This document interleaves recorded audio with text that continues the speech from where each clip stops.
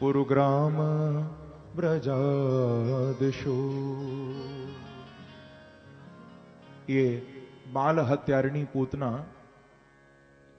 मारने के लिए बालकृष्ण को गोकुल आई है।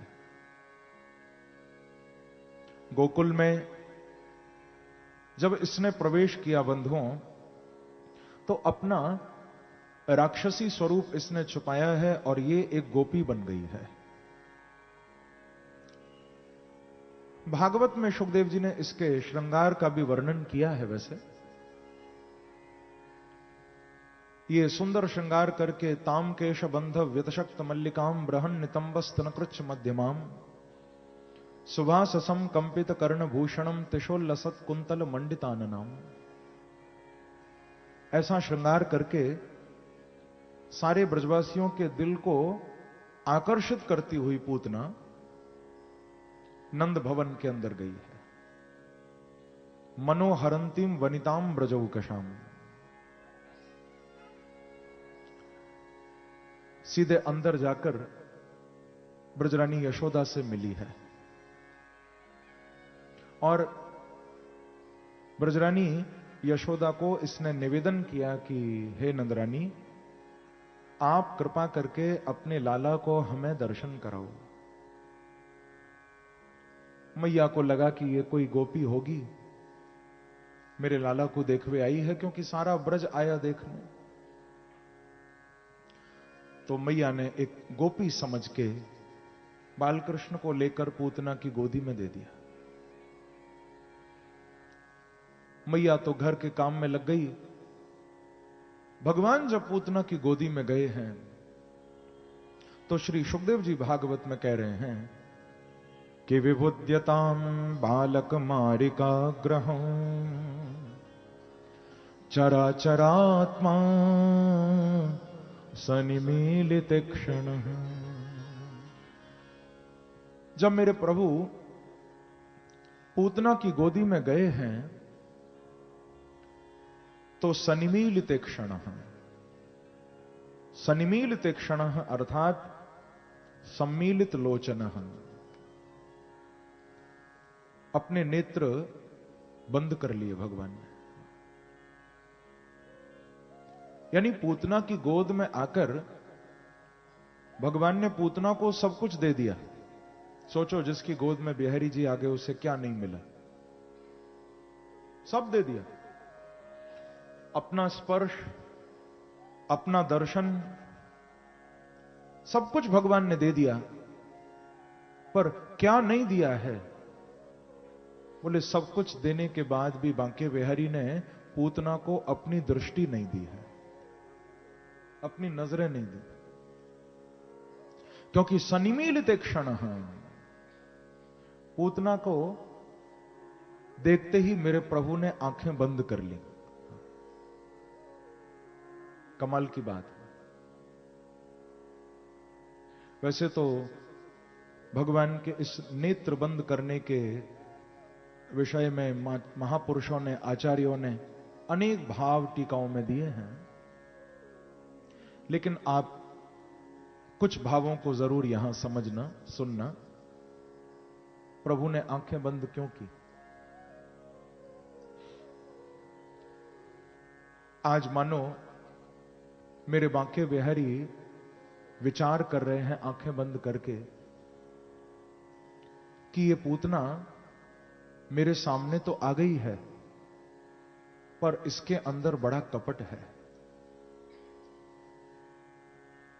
कपट कैसा? बोले ये जैसी है वैसे मेरे पास नहीं आई है तो राक्षसी, लेकिन गोपी बन के मेरे पास आई है। अब समझना, हम हैं तो कुछ लेकिन बनते कुछ हैं।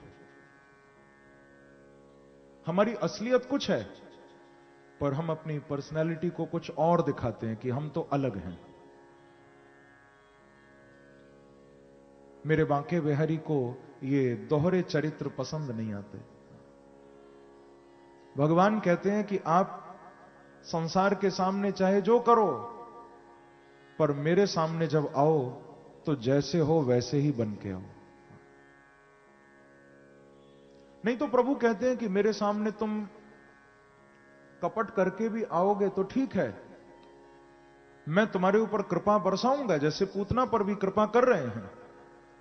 पर बांके बिहारी कहते हैं मैं तुमको देखूंगा नहीं, पर यदि तुम कपट छोड़कर यदि पुण्यात्मा हो पुण्यात्मा बन के आए, पापात्मा हो तो पापात्मा बन के आए, सज्जन हो तो सज्जन बन के, दुर्जन हो तो दुर्जन बन के, जैसे हो वैसे बन के यदि आओगे तो बांके बिहारी कहते हैं कृपा भी होगी और मैं अपनी दृष्टि भी तुमको प्रदान कर दूंगा। पूतना पर कृपा हुई, लेकिन भगवान ने पूतना को देखा नहीं, क्योंकि कपट करके आई है। भगवान को कपट अच्छा नहीं लगता। वैसे भी बंधुओं, इसका तो नाम ही पूतना है। संस्कृत में पूत कहते हैं पवित्र को। पूत माने पवित्र, शुद्ध। लेकिन यह है पूतना, यानी पवित्र ना। प्रेम से कहो श्री राधे। पूतना, पवित्र ना। पवित्र क्यों नहीं है? क्या पता सर्दियों के सीजन में नहाती ना हो, क्योंकि जैसे ठंड बढ़ती है तो कई लोग नहाते ही नहीं है। कई लोग कहते हैं महाराज जी ठंड जाएंगी तभी नहाएंगे हम तो। यदि ऐसा करोगे तो आप भी बन जाओगे क्या? हां, पवित्र ना। नहीं, शरीर को भी पवित्र रखना आवश्यक है। बहुत से लोग कहते हैं कि मन चंगा तो कठौती में गंगा। ठीक है वो बात, लेकिन शरीर भी शुद्ध रहना चाहिए। शरीर शुद्ध रहेगा तो मन भी अपने आप शुद्ध होगा। शरीर गंदा रहेगा तो मन में पवित्रता का भाव नहीं आएगा। पर ये तो पूतना है, उसका एक कारण सबसे बड़ा यही है, ये जो पूतना थी बंधुओं, ये बच्चों को मारती थी। सुखदेव जी ने कहा ना, शिशुंश्चार निगनंती। शिशुओं को निगनंती अर्थात मारयंती, बच्चों को मारने वाली है। और बच्चों की आत्मा बड़ी शुद्ध पवित्र होती है, उनका अंतःकरण पवित्र होता है। अब सोचो, उन पवित्र अंतःकरण वाले बच्चों को जो मारता होगा, क्या वो पवित्र होगा? इसीलिए पूतना पवित्र नहीं है, क्योंकि पूतान नयति, बच्चों को उठा के ले जाती है, छाती से इसने जहर लगा लिया, विषयुक्त दूध बच्चों को पिलाती है, उनको मार देती है। तभी इसका नाम है पूतना।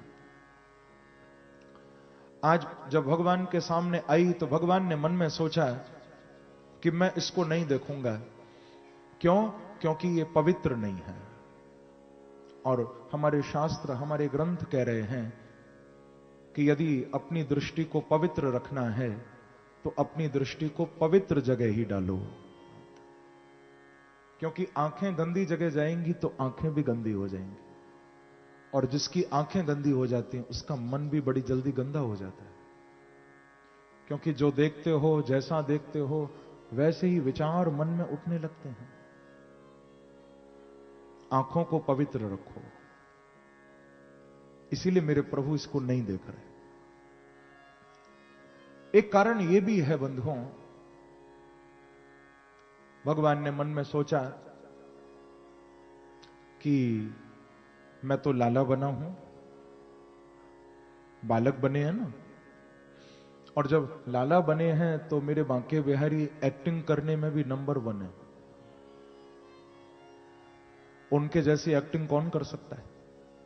जगत नियंता होकर बालक बन गए। देखो, ब्रह्मांड नायक होकर बालक बन गए। बालह को ब्रह्मा सेति बालक है।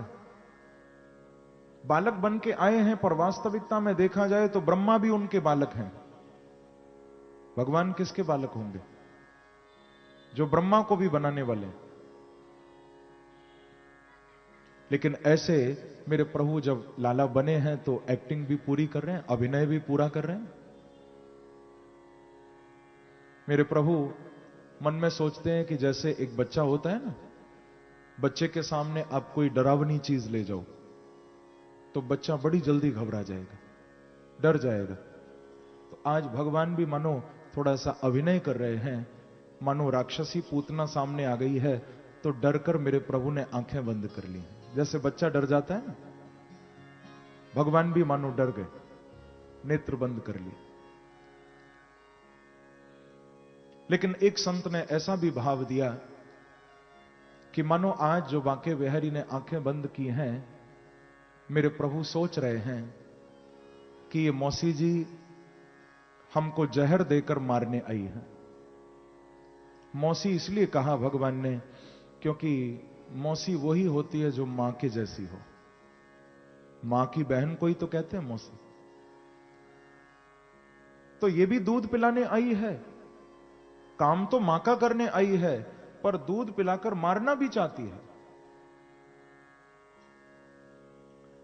आज मेरे प्रभु ने मन में सोचा कि हम तो जब गोकुल में आए थे, हमको तो लगा था कि गोकुल में दूध, दही, माखन ये सब खाने को मिलेगा, पर ठाकुर जी कहते हैं यहां तो सबसे पहले स्वागत मेरो विश्ते है रहो है। माखन तो खायो ना है अभी, दूध दही तो अभी उतना मिलो नहीं, सबसे पहले ये जहर आ गया सामने, क्या करूं। तो आज मानो मेरे प्रभु मन में सोच रहे हैं कि यदि इस विष से बचना है तो उसको बुलाना चाहिए जिनको विष खाने की आदत है, जिनको जहर खाने की आदत है। वो कौन है? बोलो शंकर भगवान की जय। कल आपने सुना था सागर मंथन के समय विषपान किया था शिव ने, कि ततः करतली कृत्या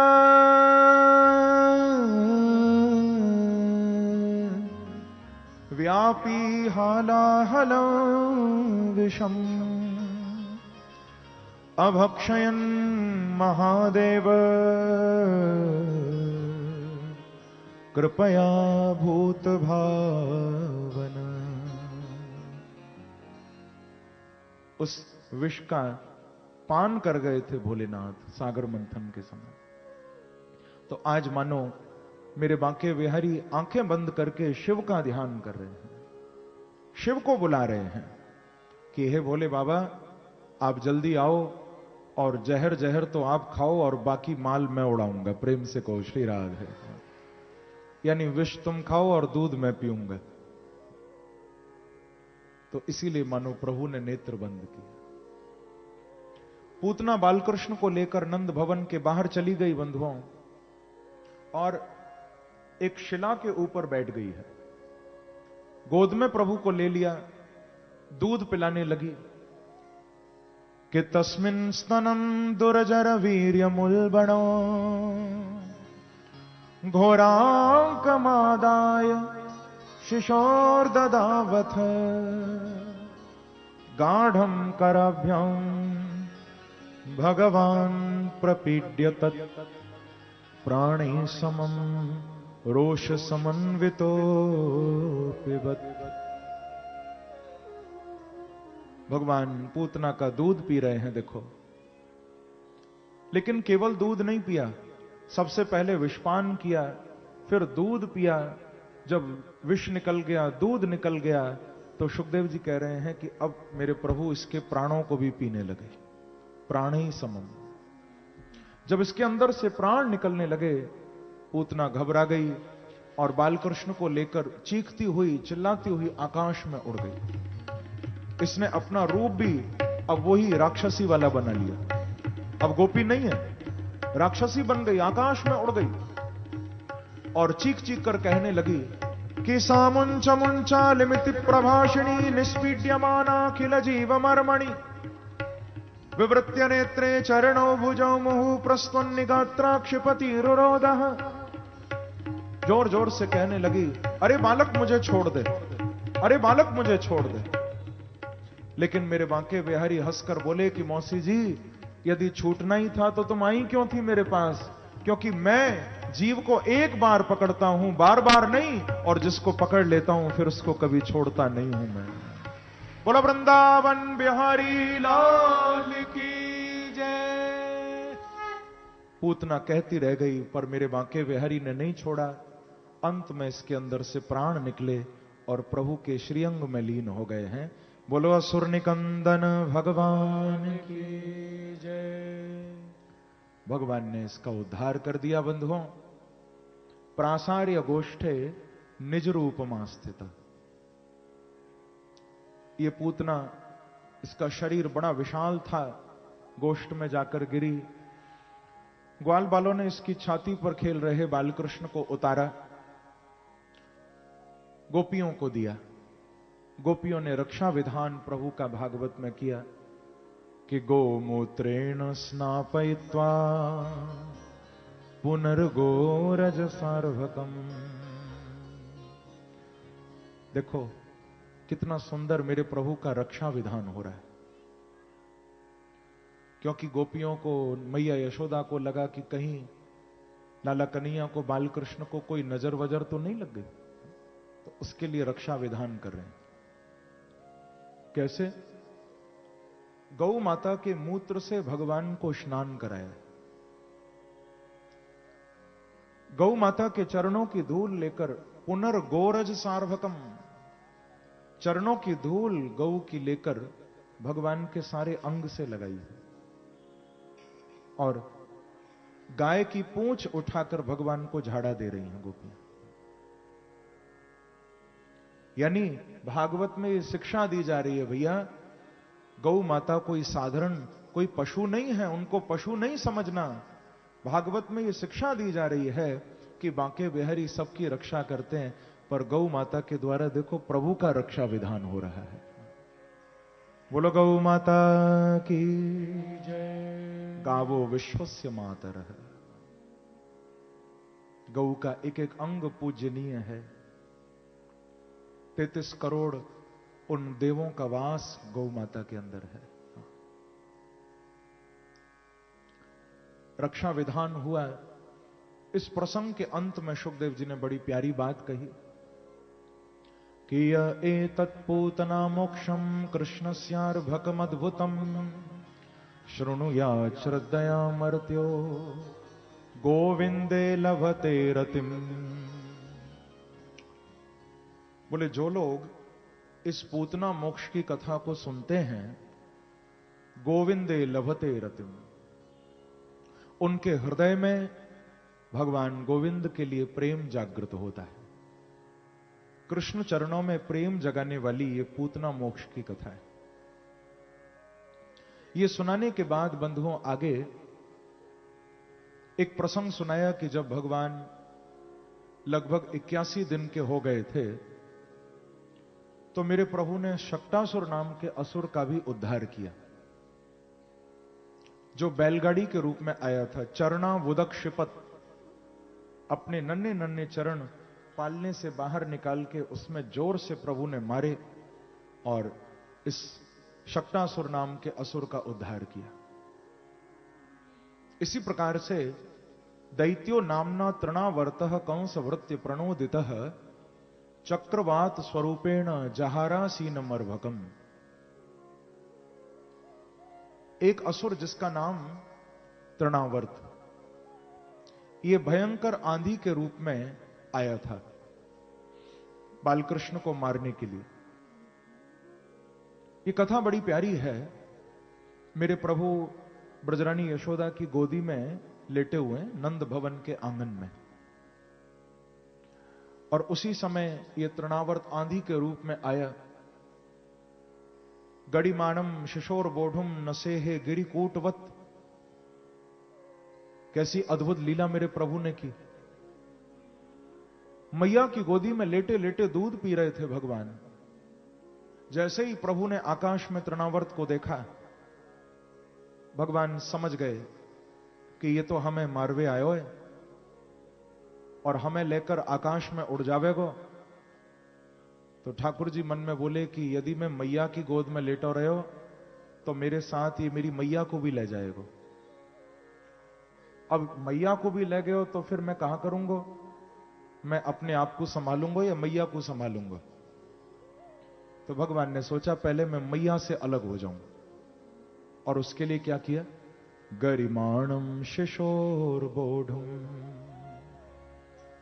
मेरे प्रभु आज दूध पीते पीते अपना वजन बढ़ाने लगे। गरिमाणम, भारी हो रहे हैं। अब मैया की गोदी में दूध पी रहे हैं और वजन बढ़ता जा रहा है। मैया यशोदा बड़ी हैरान हो रही है कि ये दूध पीते पीते मेरो लाला भारी कैसे है रहे हो, बढ़ता जा रहा है वजन। मां को लगा कहीं ऐसा तो नहीं मेरे दूध में इतनी ताकत तो नहीं है कि एक बार में ही लाला को वजन बढ़ गया। और वजन भी ऐसा नसेहे गिरिकूटवत, इतने भारी होते जा रहे हैं कि ब्रजरानी यशोदा सहन नहीं कर पा रही। भगवान यही चाहते थे कि मैया सहन न कर पाए और मुझे अलग कर दे। क्योंकि ध्यान रखना बंधुओं, यदि भक्त के जीवन में कोई संकट, कोई विपत्ति आती है तो मेरे बांके बिहारी सबसे पहले भक्त को बचाते हैं और उस संकट को अपने ऊपर ले जाते हैं। मेरे प्रभु भक्त तक नहीं आने देते, भक्त को बचा लेते, उसकी रक्षा कर लेते। तो यहां इतने भारी बन गए, इतने भारी, मैया संभाल नहीं पाई और बालकृष्ण को लेकर नीचे रख दिया। इतना भारी मेरो लाला है कि कैसे उठाऊं? वैसे भी बंधुओं, बालकृष्ण तो इतने कोमल थे, इतने कोमल। जब मैया यशोदा उठाया करती थी ना गोदी में, इतना कोमल श्रीअंग मेरे प्रभु का कि मैया की उंगली ठाकुर जी के अंग में अंदर गड़ जाती थी। मां उठाने में भी भगवान को डरती थी बहुत, मेरे लाला को कहीं लग न जाए। हमारे ब्रज के संतों ने गाया कि अपने प्रभु को हम ढूंढ लियो, जैसे लाल अमोलक लाखन में, प्रभु के अंग में जितनी नरमी उतनी नरमी नहीं माखन में। छवि देखत ही मैं तो छाक रहा, मेरो चित्त चुराए लियो झांखन में। हियरा में बसो जियरा में बसो, प्यारी प्यार बसो दो आंखन में, प्यारी प्यार बसो दो आंखन में। तो प्रभु के अंग में जितनी नरमी उतनी नरमी नहीं माखन में। मेरे बांके बिहारी तो माखन से भी ज्यादा कोमल हैं।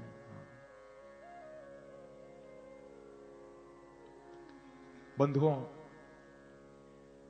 हम लोग आज भी जब वृंदावन में अंदर बिहारी जी की सेवा में जाते हैं, प्रभु का श्रृंगार जब करते हैं, रात्रि में बिहारी जी को शयन कराते हैं, सुबह उनको उठाते हैं, जब सेवा करते हैं प्रभु की, तो वहां बिहारी जी को सुलाते समय हम लोग उनकी मालिश भी करते हैं। बांके बिहारी खूब इत्र आता है और बिहारी जी को इत्र से मालिश करके हम लोग सुलाते हैं अंदर मंदिर में। आप सच मानना बंधुओं, अब वैसे तो ये वाणी का विषय नहीं है, पर आज भी जब बांके बिहारी की मालिश हम लोग करते हैं, उनको जब लेटाते हैं उनके पलंग पर, हमारे प्रभु चंदन के पलंग पर शयन करते हैं। चंदन का पलंग है बिहारी जी का अंदर। जिस सिंहासन पर दर्शन देते हैं वो तो सोने चांदी का भक्त लोग बनवाते हैं वहां, लेकिन जिस पर सोते हैं वो चंदन का पलंग है प्रभु का, बहुत प्यारा। तो उस पर लिटा के बिहारी जी को जब मालिश करते हैं और चरण जब दबाते हैं या हाथ जब उनके दबाते हैं मालिश करते समय, तो बंधुओं जो अनुभूति होती है वो अनुभूति शब्दों से नहीं बताई जा सकती। ऐसा लगता है कि साक्षात प्रभु के चरण मानो दब रहे हैं। प्रेम से कहिए श्री राधे श्री राधे। उस अनुभूति को शब्दों से वर्णन नहीं किया जा सकता। तो इसीलिए प्रभु के अंग में जितनी नरमी उतनी नरमी नहीं माखन में। मेरे बांके बिहारी तो माखन से भी ज्यादा कोमल है। आज मैया बालकृष्ण को संभाल नहीं पाई तो मां ने लेकर नीचे रख दिया प्रभु को। तृणावर्त आया, उसी समय जोर की आंधी चली, मैया की आंखों में धूल चली गई, सारे नौकर चाकर उनकी आंखों में भी धूल चली गई और तृणावर्त बालकृष्ण को लेकर आकाश में उड़ गया। भगवान को लेकर भागता जा रहा है, भागता जा रहा है, उड़ता जा रहा है। अब एक तो पहले ही भारी थे, जब तृणावर्त ने इनको उठाया तो अब मेरे बांके बिहारी और भी भारी होने लगे और प्रभु ने अपना वजन बढ़ाना शुरू कर दिया। अब तो तृणावर्त भी घबरा गया कि मैं कैसे संभालूं, ये तो भारी होते जा रहे। जब ऊपर ले गया बहुत, तो इसने मन में सोचा कि अब तो उठाने का काम भी नहीं, फेंक ही दूं इस बच्चे को, इस बालक को, मर जाएगा, नीचे गिरेगा। तो जब संभाल नहीं पाया तो फेंकने लगा भगवान को, पर जैसे ही फेंकना चाहा ना तो भगवान इसका गला पकड़ के लटक गए। प्रभु ने इसका कंठ पकड़ लिया। ठाकुर जी बोले, बेटा तू उठा तो लायो है मोए, अब मैं तो ये उठाऊंगा। प्रेम से कहो श्री राधे, श्री राधे। क्योंकि बंधुओं, बिहारी जी से कोई मिलेगा तो बिना उद्धार हुए रह ही नहीं सकता। मारने भी उनको आया है, फिर भी प्रभु उद्धार ही कर रहे हैं। देखो इसका। अब जैसे यदि किसी व्यक्ति के ऊपर बस चढ़े या कोई व्यक्ति बस में चढ़े, टिकट किसका कटेगा? किसी व्यक्ति के ऊपर बस चढ़े या व्यक्ति बस में चढ़े, टिकट किसका कटेगा? उस व्यक्ति का ही कटेगा। यदि बस में चढ़ा तो जहां की यात्रा करनी है वहां का टिकट कटेगा, और बस चढ़ी तो सीधे ऊपर का टिकट कटेगा। ऐसे ही बंधुओं, कोई कैसा भी क्यों ना हो, यदि बांके बिहारी के चरणों में आएगा तो उसके ऊपर बिहारी जी की कृपा तो बरसनी पक्की है, कोई असुर भी क्यों ना हो। अब देखो, ये छोड़ना चाह रहा है लेकिन बांके बिहारी ने पकड़ लिया, मैं नहीं छोड़ूंगा। और वजन बढ़ाते गए, बढ़ाते गए, बढ़ाते गए, कंठ पकड़ के इस तृणावर्त को नीचे लाए हैं और एक शिला के ऊपर धड़ाम से इसको पटका। शरीर से आत्म ज्योति निकली और प्रभु के अंग में लीन हो गई। बोलो असुर निकंदना भगवान की जय, वृंदावन बिहारी लाल की जय। भगवान ने तृणावर्त का उद्धार किया। इसी प्रकार से बंधुओं, आगे श्री गर्गाचार्य जी गोकुल में आए हैं कि गर्गः पुरोहितो राजन यदुनाम सुमहातपाः ब्रजम जगामनंदस्य वसुदेव प्रणोदितः। यदुवंशियों के कुल पुरोहित हैं गर्गाचार्य। यदुनाम सुमहातपाः। और आज ये जो आए हैं, इनको भेजा किसने गोकुल? तो कहा कि वसुदेव प्रणोदितः, श्री वसुदेव जी की प्रेरणा से आए हैं। वसुदेव जी ने क्यों भेजा? क्योंकि वसुदेव जी को बड़ी चिंता है।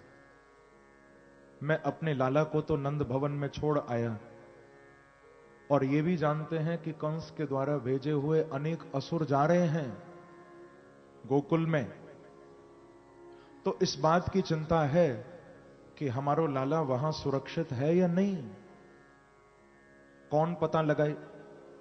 तो गर्गाचार्य जी को कहा कि महाराज आप संत हो, किसी भी बहाने गोकुल चले जाओ और बस कैसे भी नंद भवन में चले जाना और मुझे आकर बता देना कि मेरो लाला वहां सुरक्षित है।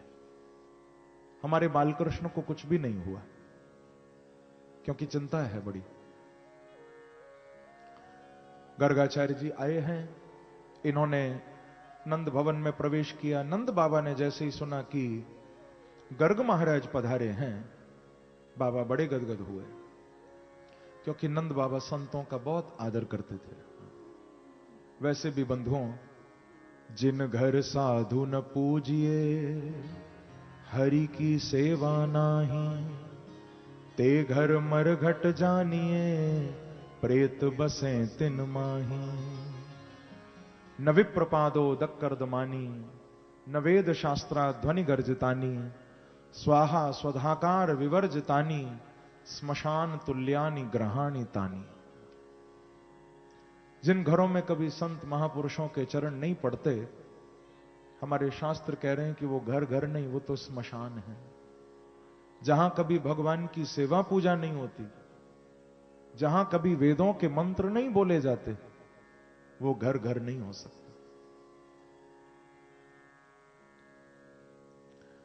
बाबानंद ने बड़ा स्वागत किया।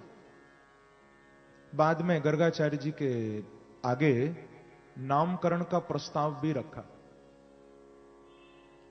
नंद बाबा बोले कि गुरुजी, आज आप हमारे भाग्यों से आए हो। तो हमारे यहां दो लाला हैं, एक यशोदा को है, दूसरा रोहिणी को है, और दोनों के अभी तक नामकरण नहीं भये। गुरुजी आप आए हो तो आज लगे हाथ दोनों लालन को नामकरण भी आप करते जाओ। गर्गाचार्य जी बोले कि हे नंद महीपति, ये तो हमारे लिए परम सौभाग्य होगा कि हम आपके लाला को नामकरण करें। बस हमारो आपते यही कहना है कि ये जो नामकरण को उत्सव होवेगो, ये न गुप्त रीति से होगा तो बड़ा अच्छा होगा, क्योंकि आपको लाला तो वैसे भी सारे ब्रजवासीन की आंखन को तारो है। आप तो कोई भी उत्सव मनाओ तो सारो ब्रज दर्शन करने के लिए आवे है। पर मैं आपसे कहूंगा कि नामकरण को उत्सव जब होए तो आप काऊ को बोले ही हो नहीं। क्यों? क्योंकि बोले इससे खबर कंस तक पहुंच जाएगी और फिर बात बिगड़ सकती है। तो कहा कि ठीक है गुरुजी, हम किसी को नहीं बुलाएंगे, बड़ी गुप्त रीति से एकांत में गौशाला में भगवान के नामकरण की तैयारी हुई है। प्रेम से कहिए श्री राधे, श्री राधे। बड़ी गुप्त रीति से, किसी को खबर नहीं ब्रज में। गर्गाचार्य जी विराजे हैं गौशाला में। दोनों माताओं को खबर दे दी कि आज नामकरण होने वाला है, जल्दी से तैयार होकर दोनों लालाओं को तैयार करके गौशाला आ जाओ। तो ब्रजरानी यशोदा, रोहिणी मैया लालाओं को तैयार करके लेकर आई हैं। गर्गाचार्य जी ने सारी पूजा की तैयारी करवाई, सामग्री एकत्रित कराई। आसन पर महाराज विराजे, नंद बाबा भी बैठ गए, दोनों मैया भी आ गईं। पर आज दोनों माताओं ने एक दूसरे के लाला को ले रखा है। जैसे प्रेम होता है ना, ला मैं तेरे लाला को ले लूं, तू मेरे लाला को ले ले। तो ऐसे ही रोहिणी जी ने लाला कन्हैया को ले रखा है और मैया यशोदा ने दाऊ जी को ले रखा है।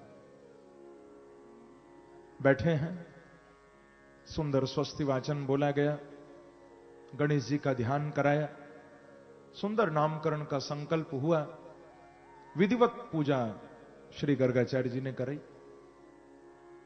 और फिर पूछ रहे हैं कि नंद जी, आप ही हमें बताओ कि पहले हम कौन से लाला को नामकरण करें। तो बोले कि गुरुजी, ये जो यशोदा की गोद में बैठो है, पहले आप या को नामकरण करो। मैंने आपको अभी बताया कि दोनों माताएं एक दूसरे के लाला को लेकर आई हैं। नंद बाबा ने कहा कि जो यशोदा की गोद में है, पहले वा को नामकरण करो। अब और कोई होता तो चकरा जाता या यही सोचता कि जो यशोदा की गोद में है वो यशोदा का ही लाला है। पर गर्गाचार्य कितने ज्ञानी हैं, जैसे ही इन्होंने देखा समझ गए कि मैया कौन सी है और लाला कौन को है, पहचान गए। और इनके मुख से निकला है कि अयम ही रोहिणी पुत्रो रमयन् सुहृदो गुणैः आख्यास्यते राम इति बलादिक्यात् बलम विदुः। इनके मुख से निकला, हे नंद जी, हमें सब मालूम है, ये बैठो है यशोदा की गोद में, पर हम जाने कि ये लाला यशोदा को नाए, लाला तो ये रोहिणी को है, अयम ही रोहिणी पुत्र है। इनके अंदर बहुत सारे गुण होंगे। सबसे पहला गुण रमयन सुहृदो गुणैः, इनके निकट जो भी आएगा ये उसको आनंद देंगे, सबके मन को रंजित करने वाले होंगे। इसीलिए हमने इनका नाम आज से एक रखा है राम। क्या नाम रखा? फिर दूसरा एक इनमें बहुत बड़ा गुण होगा कि बलादिक्याद बलम विदुः, बड़े बलशाली होंगे, ये बड़े ताकतवर होंगे। तो आज से हमने इनका एक दूसरा नाम रखा है बल। क्या रखा? तो दो गुणों के कारण ये दो नाम इनके पड़े हैं, बल और राम।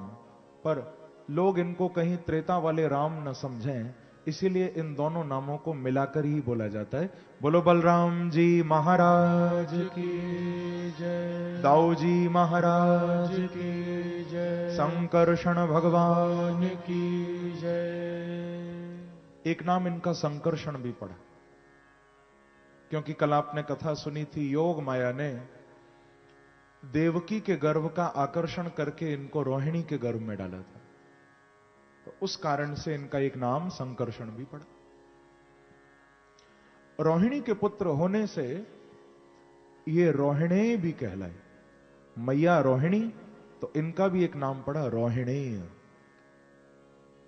सुंदर नाम दे दिए। अब बालकृष्ण की ओर देखने लगे और कितना सुंदर कह रहे हैं गर्गाचार्य कि आसन वर्णाश्रयो ह्यस्य गृणतो नुयुगं तनु शुक्लो रक्तस् तथा पीत इदानीं कृष्णतां गतः। कह रहे हैं कि नंद जी, ये जो आपको लाला है ना, ये बड़ा ही विशेष है, क्योंकि इनके अवतारों की गिनती कोई उंगली पर नहीं कर सकता।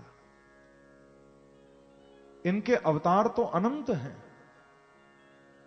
गृणतो नुयुगम तनुहु, न जाने कितने युगों में, कितने रूपों में ये अवतार लेते हैं। शुक्लो रक्तस्तथा पीत इदानीम कृष्णताम गतः, कभी शुक्ल वर्ण में आते हैं, कभी रक्त वर्ण में आते हैं, कभी पीत वर्ण में आते हैं। अब की बार ये कृष्ण वर्ण में आए हैं, इसीलिए आज से हमने इनका नाम रख दिया है कृष्ण। बोलो कृष्णचंद्र भगवान की जय, वृंदावन बिहारी लाल की जय। प्रभु का नाम पड़ा है कृष्ण। कृष्ण नाम बड़ा मीठा नाम है बंधुओं, बड़ा प्यारा नाम है और बहुत प्रभावशाली है। इस कलयुग में जो कृष्ण नाम गाता है, वैसे तो बंधुओं नाम कोई भी हो, भगवान का कोई नाम छोटा बड़ा नहीं होता, कोई भी नाम क्यों ना, क्योंकि सारा खेल हमारी श्रद्धा का है। हमारी श्रद्धा भगवान के किस नाम में है? यदि श्रद्धा है तो ये कृष्ण नाम इस कलिकाल में भव सागर से पार लगाने में समर्थ है। बड़ा प्रभावशाली नाम है कृष्ण नाम। कृष्ण का अर्थ होता है कर्षति भक्तानाम चित्त वित्तम इति कृष्ण, जो अपने शरणागत के, अपनी शरण में आने वाले भक्त के चित्त को, वित्त को, सब कुछ को जो हरण कर ले, जो ले ले। मेरे बांके बिहारी लेने में समर्थ हैं बंधुओं, पर हम उनको देने में समर्थ नहीं हैं, क्योंकि हम जानते ही नहीं कि भगवान चाहते क्या है, उनको देना क्या है। मेरे बांके बिहारी तो केवल 2 ही वस्तु लेते हैं। क्या आप दे पाओगे? तीसरी वस्तु नहीं चाहिए भगवान को, 2 ही वस्तु लेते हैं। क्या क्या लेते हैं? यदि मेरे बांके बिहारी के चरणों में कोई अभिमानी आता है तो उसके अभिमान को ले लेते हैं, और यदि कोई भक्त आता है तो उसके भाव को बांके बिहारी ले लेते हैं। आप दे सको तो इन दोनों में से कोई एक चीज दे देना प्रभु को।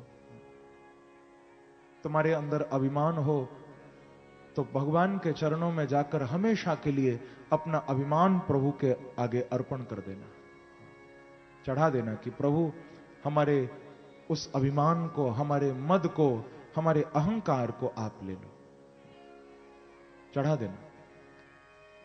और यदि आपके अंदर प्रेम भरा हुआ है तो अपने हृदय के प्रेम को प्रभु के चरणों में अर्पण कर देना। बस यही मेरे प्रभु को चाहिए, और कोई तीसरी वस्तु है ही नहीं जो बांके बिहारी तुमसे चाहते। या तो अपना अभिमान चढ़ा दो या अपना भाव चढ़ा दो, बस। मेरे प्रभु ले लेंगे, स्वीकार कर लेंगे, क्योंकि वो कृष्ण है, करशति। सुंदर नाम दिया। बाद में यह भी कहा कि नंद जी थोड़ा अपने लाला को संभाल के रखना, गोपा यश्व समाहिता। आगे के लिए थोड़ा अलर्ट कर गए कि कंस के द्वारा भेजे हुए और भी असुर आएंगे आगे, तो अपने लाला को बचा के रखना थोड़ा। ऐसा कहकर दक्षिणा उनको दी और गर्गाचार्य जी पधारे। बोलो गर्ग जी महाराज की जय। नामकरण करके प्रस्थान किया। अब तो मेरे प्रभु धीरे धीरे नंद भवन में बड़े हो रहे हैं बंधुओं। बड़ी मीठी मीठी लीला करते हैं भगवान।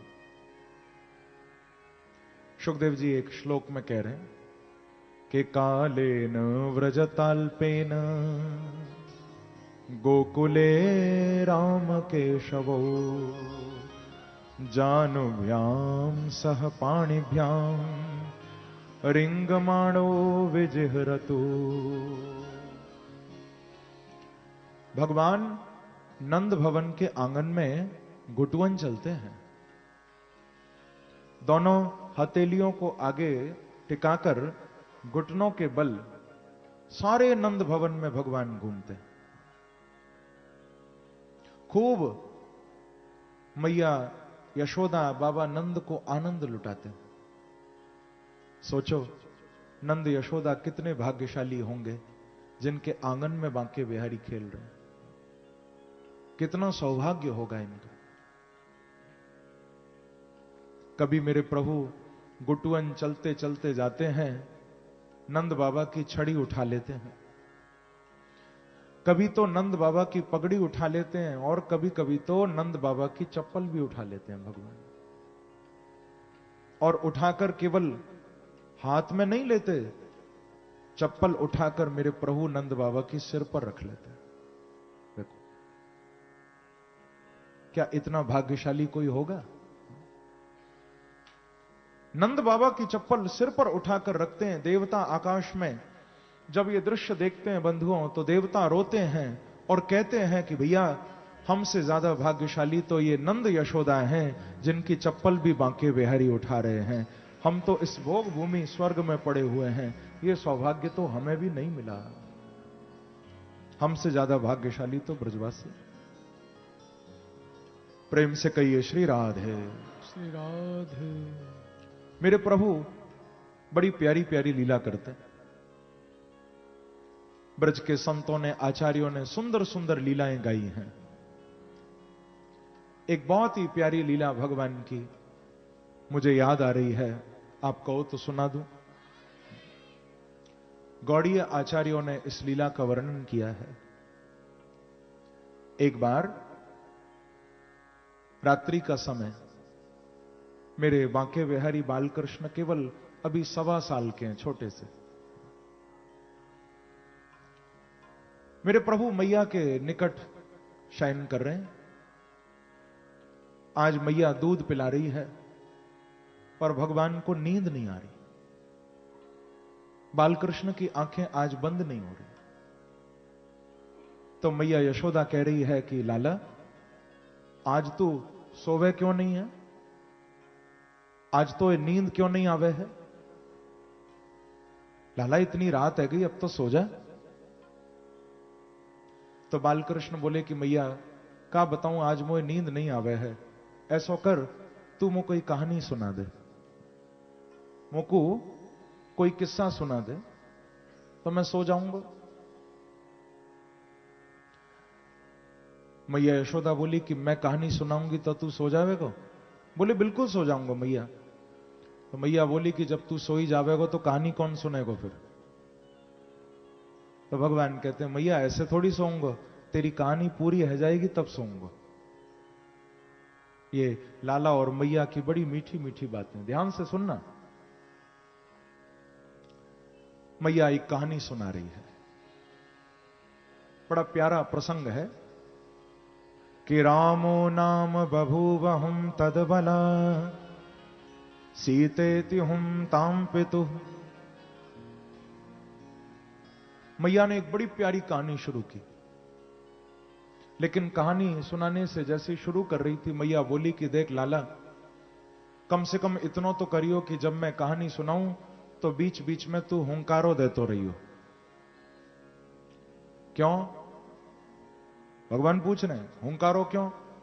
मैया बोली अरे दारी के, ताकि मुझको मालूम चलता रहे कि तू जग रहे हो अभी। कहीं ऐसा नहीं हो कि तू सो जाए और मैं रात भर कहानी सुनाती रहूं। तो बीच बीच में हुंकारा देते रहना। अब मैया कहानी सुना रही है कि रामो नाम बभूवहुं तदबला सीतेति हुं तां पितुः। अब इस श्लोक में जो बीच बीच में हुम आ रहा है ना, ये बालकृष्ण का हुंकारा है। मैया स्टोरी सुना रही है कि रामो नाम बभूव। लाला, बहुत साल पहले ना एक राम नाम के राजा थे। ठाकुर जी बोले ये ओंकार है कि रामो नाम बभूव तदबला सीतेति तां पितुः। ठाकुर जी ओंकारा दे रहे। मैया कहती है कि लाला, एक राम नाम के राजा भय, और मालूम है उनकी पत्नी को, उनकी भार्या को नाम हो सीता। ठाकुर जी कह रहे हैं मनी मन बोल रहे हैं कि अरे वो मैं ही तो हो, राम कोई और थोड़ी थे। मनी मन कहते हैं कि मैया तू तो मेरी कहानी सुना रही है मुझे, मैं ही तो राम बन के आया था। सीतेति हुं तां पितुः, उनकी पत्नी सीता थी लाला। एक बार मालूम है वो राम नाम के राजा अपनी पत्नी सीता के साथ पंचवटी में निवास करने गए कि वाचा पंचवटी वने निवसतस तस्या हरद्रावण। एक बार पंचवटी में निवास करने वन में गए, और मालूम है वहां का भयो, उनकी पत्नी सीता को एक रावण नाम को राक्षस उठा के ले गए। जैसे ही मैया ने यह बात कही, महाराज अब तो बालकृष्ण को रामावतार का आवेश आ गया। ऐसा लगा प्रभु को मानो वो राम बनकर आए हुए हैं, और मैया की गोद में लेटे लेटे सुन रहे थे। जैसे ही कहा कि रावण सीता को ले गया, भगवान उछल के मैया की गोदी से खड़े हो गए और तुरंत बोले कि लक्ष्मण मेरा धनुष लेकर आओ, अभी रावण को देखता हूं कैसे मेरी सीता को उठा के ले गया। सौमित्रे क्व धनुर धनुर धनुरिति वाग्या ग्रह पांतु वह।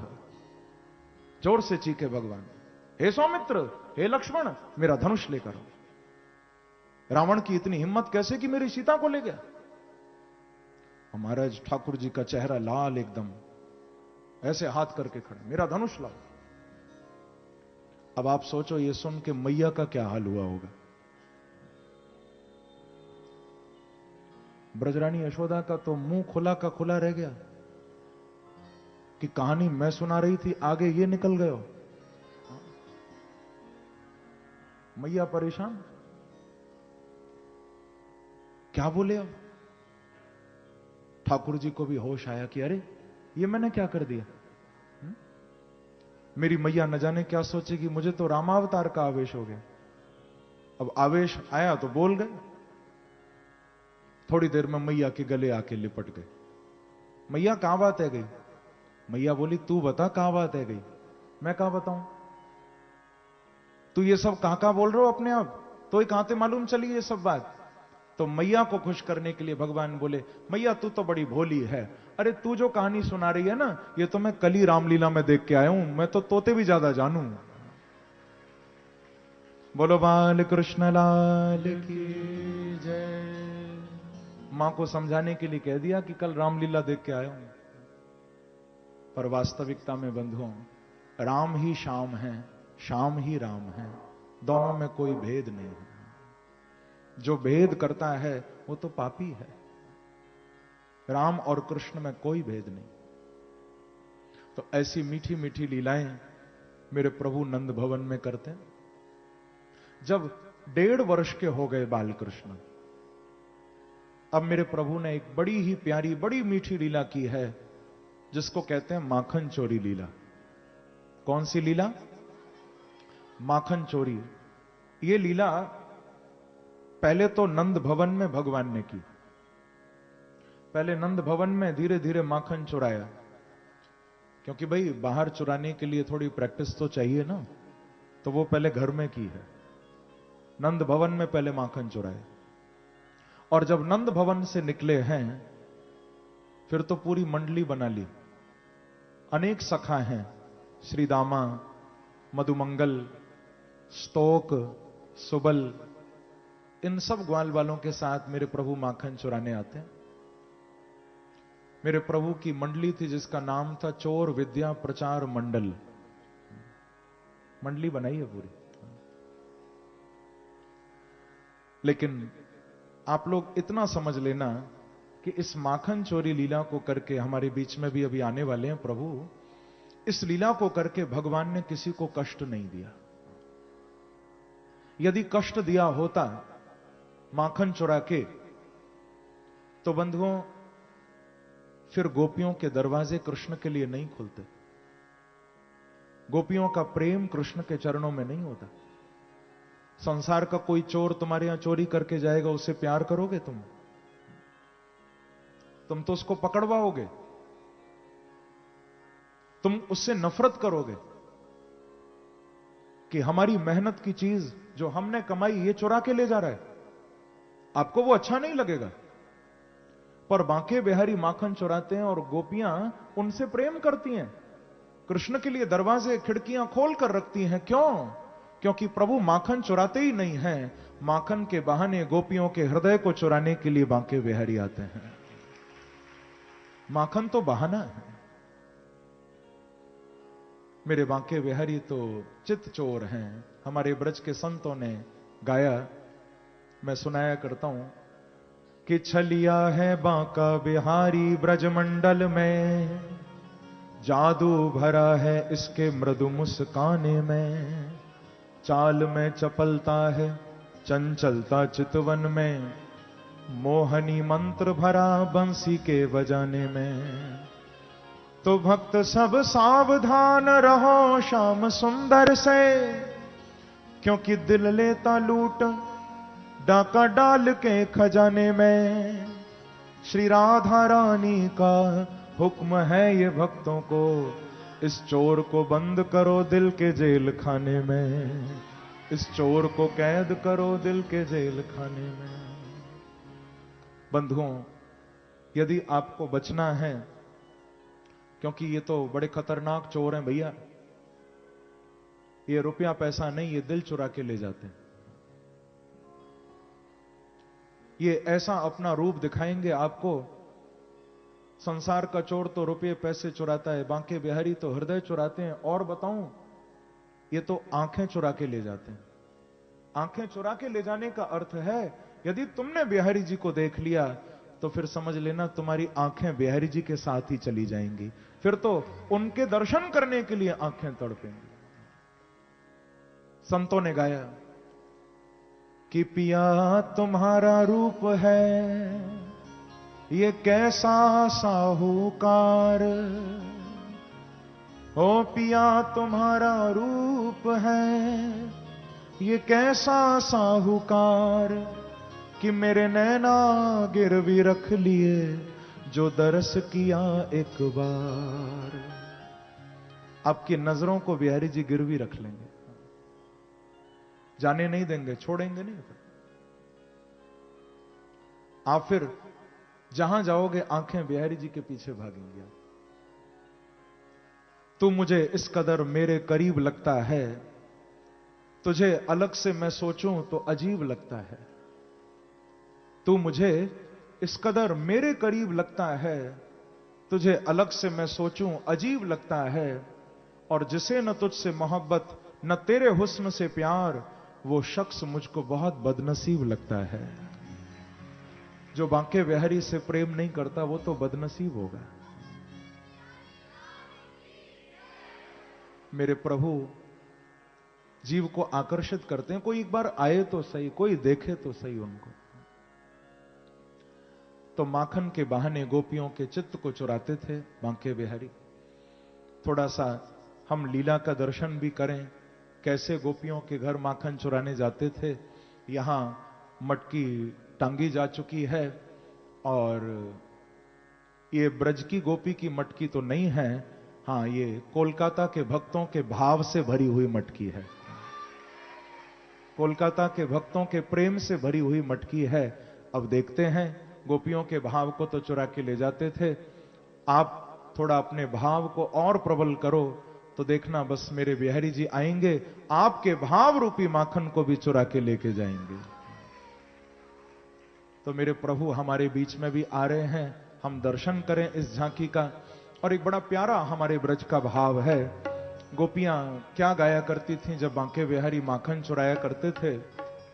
गोपियां गाया करती थीं कि तोए काऊ दिन हाथ लगाए दूंगी। गोपी कहती थी कि अरे कन्हैया, यदि तने माखन चुरानो नहीं छोड़ो तो मैं काऊ दिन तोए हाथ लगाए दूंगी। हाथ लगाने का मतलब आप समझे या नहीं? हाथ लगाने का मतलब, पहले एक बार ताली बजा के स्वागत करो जरा।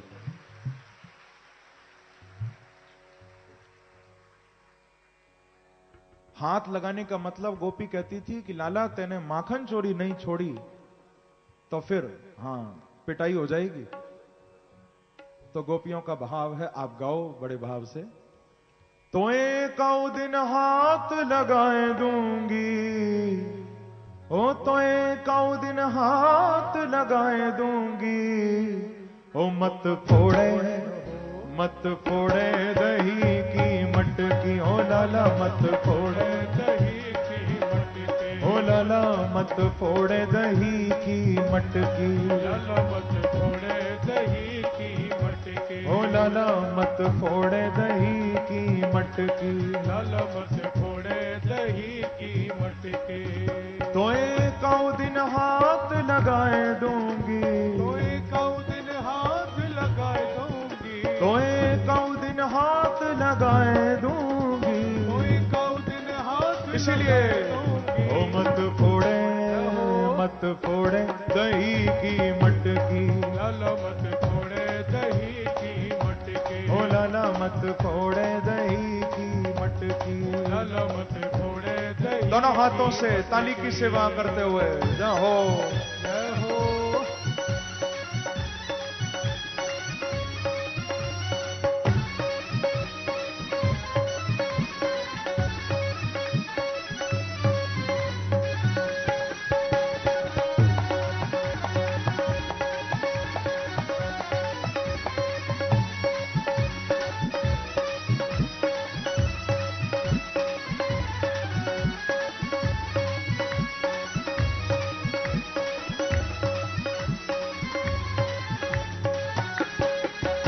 माखन चोर भगवान की जय हो। बांके बिहारी लाल की। तोए काऊ दिन हाथ लगाए दूंगी, काऊ दिन हाथ लगाए दूंगी, तोए काऊ दिन हाथ लगाए दूंगी। काऊ दिन हाथ गाइए। लगाए दूंगी। ओ मत फोड़े, मत फोड़े दही की मटकी, ओ लाला मत फोड़े दही की मटकी, ओ लाला मत फोड़े दही की मटकी। ओ लाला मत फोड़े दही की मटकी। मैं हूँ ग्वालिन बरसाने की, मैं हूँ ग्वालिन बरसाने की, मैं हूँ ग्वालिन बरसाने की। मैं हूँ ग्वालिन बरसाने की। ओ तेरी धौस में नए आने की, तेरी धौस में नए आने, हाँ तेरी धौस में नए आने की। तेरी धौस में नए आने की। गोपी बोली कि कन्हैया, यदि तेने माखन चोरानो नहीं छोड़ो तो ध्यान रखियो तेरो रास्ता बंद करा दूंगी मैं। ओ तेरा रास्ता बंद कराए दूंगी, तेरा रास्ता बंद कराए दूंगी। खाली देखो नहीं, गा भी लो थोड़ा सा, है ना। तेरा रास्ता बंद कराए दूंगी, तेरा रास्ता बंद कराए दूंगी। हाँ तेरा रास्ता बंद कराए दूंगी। तेरा रास्ता बंद कराए। अरे लाला मत फोड़े, ओ मत फोड़े दही की मटकी, लाला मत फोड़े दही की मटकी, ओ लाला मत फोड़े दही की मटकी। ओ लाला मत फोड़े दही की मटकी, ओ लाला मत फोड़े दही की मटकी। ओ लाला मत फोड़े दही की। मेरे प्रभु मटकी फोड़ने जा रहे हैं, जरा दोनों हाथ से ताली बजाते हुए उत्साह बढ़ाइए मेरे प्रभु का। माखन चोर भगवान की, बांके बिहारी लाल की।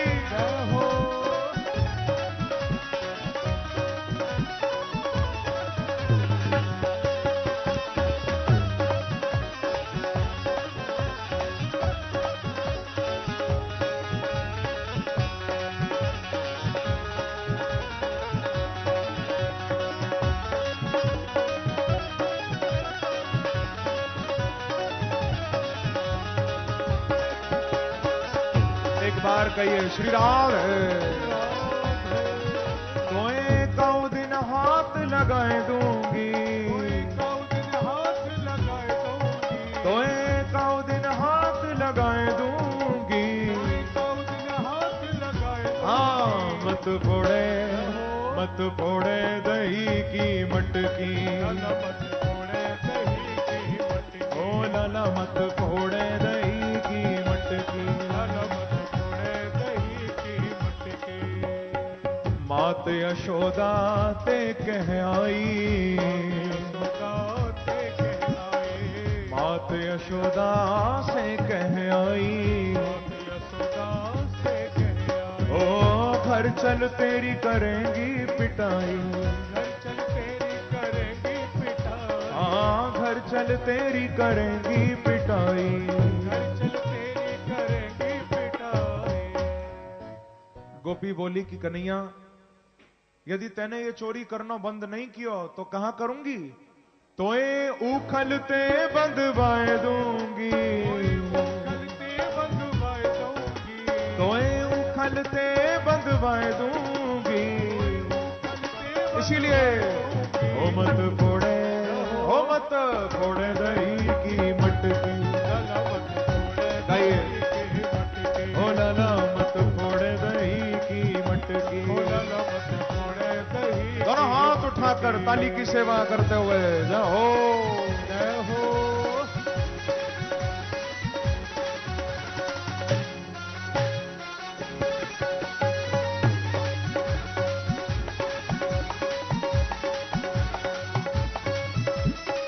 श्री राधे।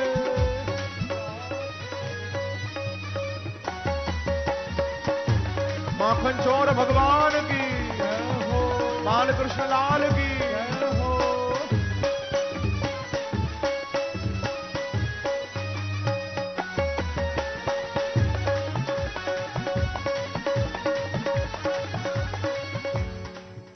इन ग्वाल वालों को नाचता हुआ देख कर क्या आपका मन नहीं हो रहा? किस किस का मन हो रहा है? तो रोका किसने? थोड़ा झूमते हुए, तो एक दिन हाथ लगाए दूंगी, हाथ लगाए दूंगी, हाँ तो एक दिन हाथ लगाए दूंगी, दिन हाथ लगा लाला मत फोड़े, ओ मत फोड़े दही की मटकी, ओ लाला मत फोड़े दही की मटकी। यदि गोपियां बालकृष्ण को माखन देती थी ना, तो उन गोपियों के लिए मेरे प्रभु कुछ भी करने को तैयार हो जाते थे। आप भी भाव से माखन खिलाओगे तो आपके लिए भी बांके बिहारी सब कुछ कर देंगे।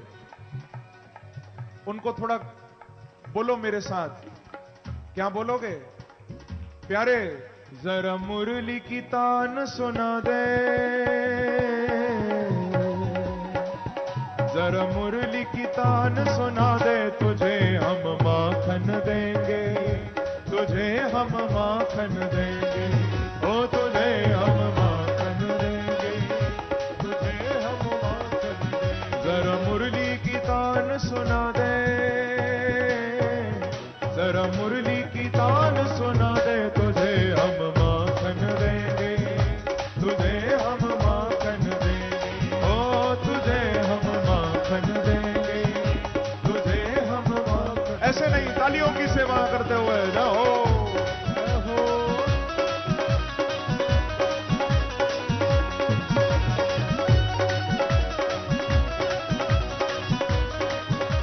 एक बार कहिए श्री राधे।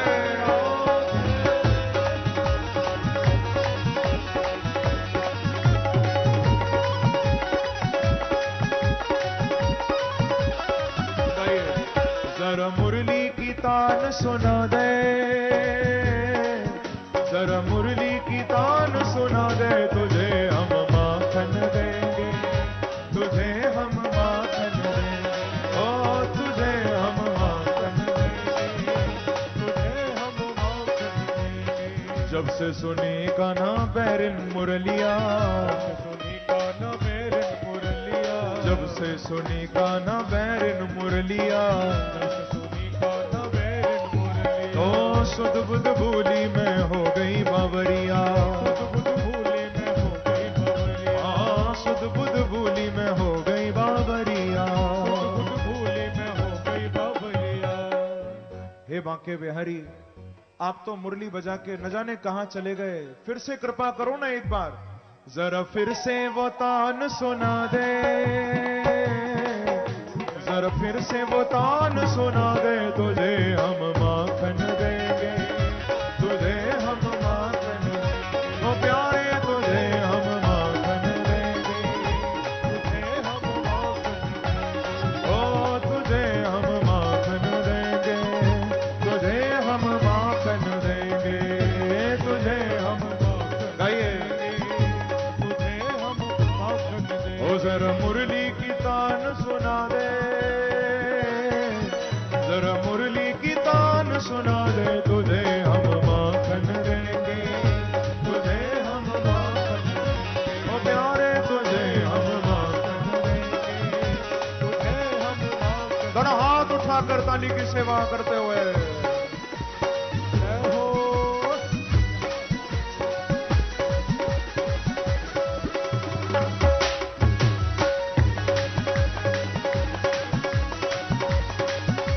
माखन चोर भगवान की, बांके बिहारी लाल की।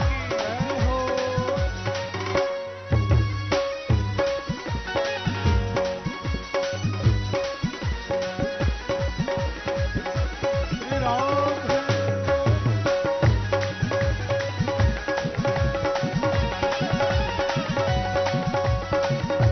देखो तो कितने प्यारे ठाकुर जी बने हैं, ऐसा स्वरूप आ रहा है, साक्षात मेरे बांके बिहारी मानो माखन चुराने हमारे बीच में आ गए। थोड़ा इनको कहो प्यार से, प्यारे जरा मुरली की तान सुना दे, ओ जरा मुरली की तान सुना दे, तुझे हम माखन देंगे, तुझे हम माखन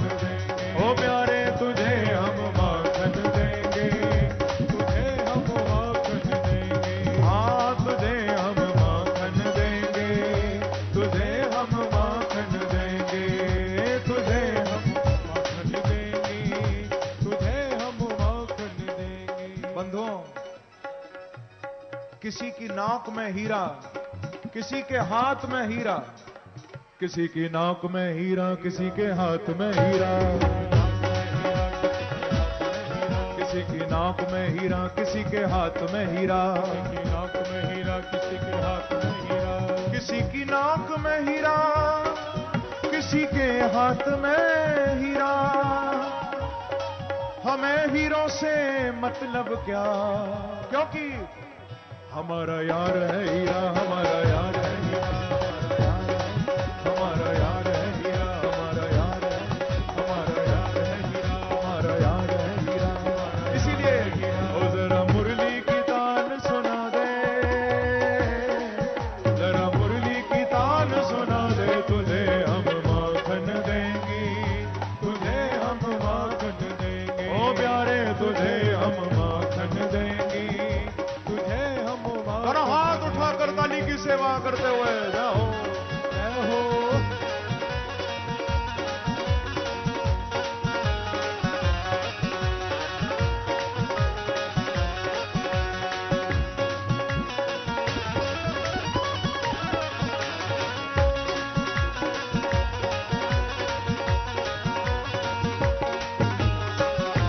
माखन चोर भगवान की जय हो।